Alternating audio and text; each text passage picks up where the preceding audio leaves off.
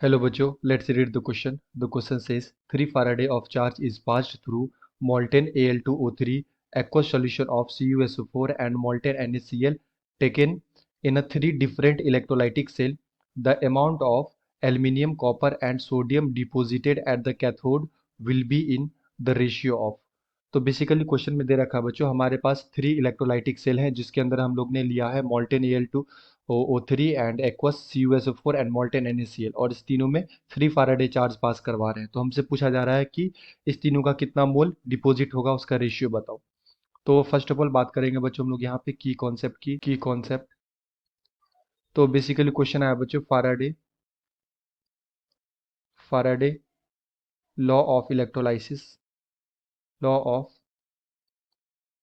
Electrolysis and basically according to Faraday first law of electrolysis हम लोग क्या बोलते हैं, मास ऑफ सब्सटेंस डिपॉजिटेड और liberated is directly proportional to charge.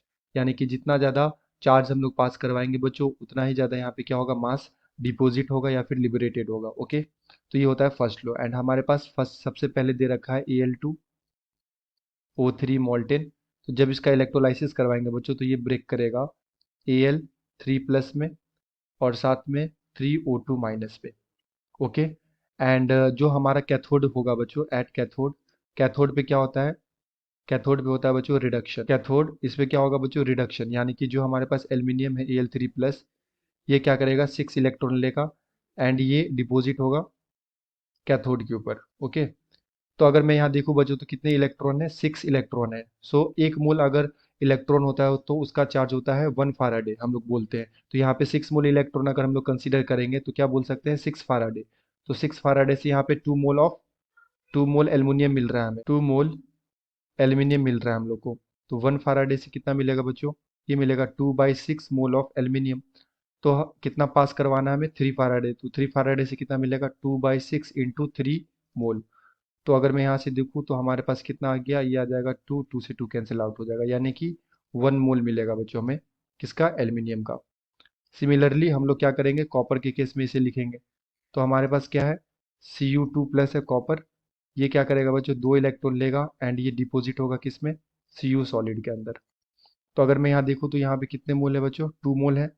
सो हम लोग बोल सकते हैं कि 2 मोल इलेक्ट्रॉन से यहाँ पे 1 मोल कॉपर का डिपॉजिट हुआ है, कॉपर का। तो 1 फाराडे से कितना होगा बच्चों, ये होगा 1/2 मोल ऑफ कॉपर। तो 3 फाराडे से कितना होगा, ये होगा 1/2 into 3 mole of copper, that is equal to 1.5 mole of copper.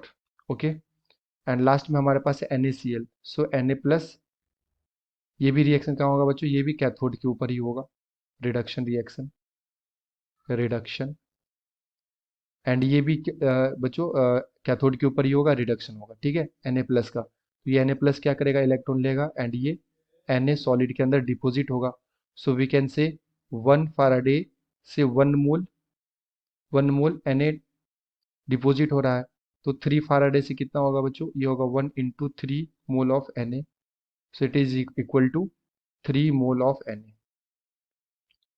यानी कि अगर मैं रेशियो की बात करूँ बच्चों तो Al3 plus is to Cu2 plus is to Na plus, इसका मोल का जो रेशियो आ रहा है हमारे पास, ये कितना आ रहा है, पहले के लिए आया था 1 मोल, दूसरे के लिए आया बच्चों 1.5 मोल एंड तीसरे के लिए कितना आया, 3 मोल।